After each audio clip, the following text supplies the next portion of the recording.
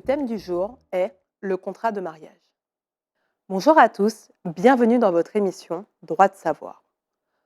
Aujourd'hui, nous allons parler du contrat de mariage.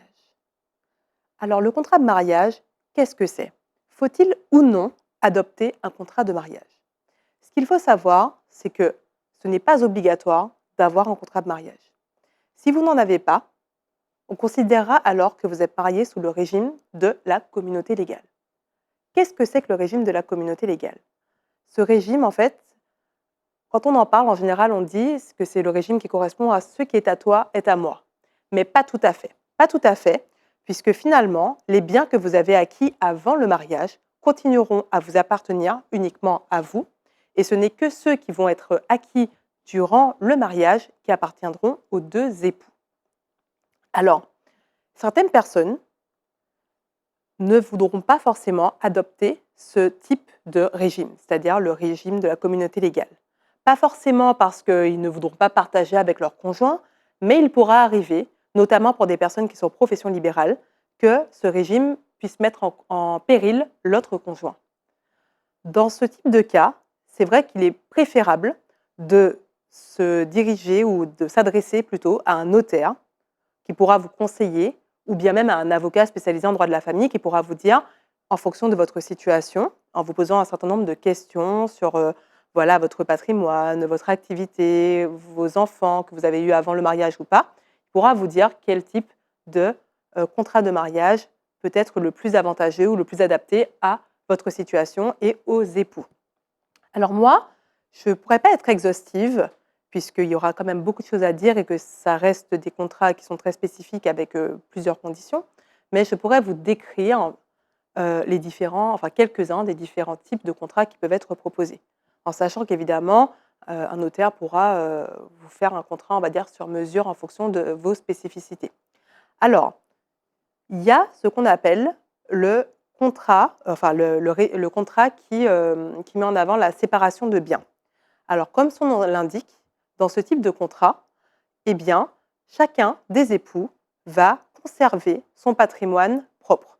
C'est-à-dire que les biens qui ont été acquis avant le mariage vont continuer à lui appartenir et les biens qui vont être acquis durant le mariage lui appartiendront également. Donc en fait, hormis les dettes enfin les dettes qui concernent le ménage ou bien l'éducation et l'entretien des enfants, qui par contre, elles vont être des dettes communes au couple, hein, et bien le reste, en fait, chacun a ses propres biens et ses propres dettes. Donc là, c'était le régime de séparation de biens. Il y a d'autres types de régimes. Il y a le régime de la communauté universelle. Alors là, c'est le régime qui est totalement opposé à celui que je viens de vous décrire. Donc dans le régime de la communauté universelle, en fait, on partage absolument tout. C'est-à-dire que si vous avez hérité de 3 maisons par vos parents avant d'être mariés, eh bien, c'est comme si vous mettiez ces maisons dans le pot commun. Donc en fait, tout ce que vous avez acquis avant le mariage, eh bien, ça deviendra quelque chose qui appartiendra aux deux époux. Donc en fait, ça concerne les dettes et ça concerne les biens. Donc à la fois ce qui est avant et après, en fait, on partage absolument tout. Donc il faudra quand même bien réfléchir aussi pour ce type de contrat, parce qu'il ne faut pas que ça puisse mettre en difficulté le couple s'il y en a un, par exemple, qui a des dettes et que l'autre, par exemple, va du coup devoir prendre ses dettes à son compte également. Il faut quand même que la famille puisse survivre. Alors, il y a d'autres types de contrats également. Il y a le contrat de participation aux acquêts.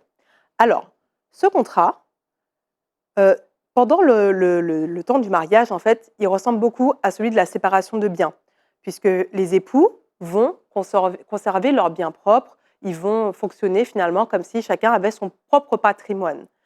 La différence, en fait, elle intervient à la fin du mariage, au moment du décès, par exemple, d'un époux, puisque au moment de la liquidation de ce mariage, enfin du régime matrimonial, eh bien, le notaire, il va prendre en compte tout l'enrichissement qui a eu lieu entre le moment du mariage et le moment de la séparation, pour pouvoir finalement faire une sorte de répartition équitable.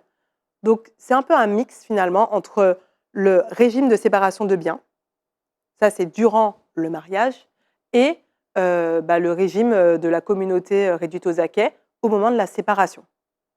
Donc c'est un régime un peu mix qui est différent, qui fonctionne différemment entre le début et la fin. Vous avez également le régime de communauté d'accueil aménagé.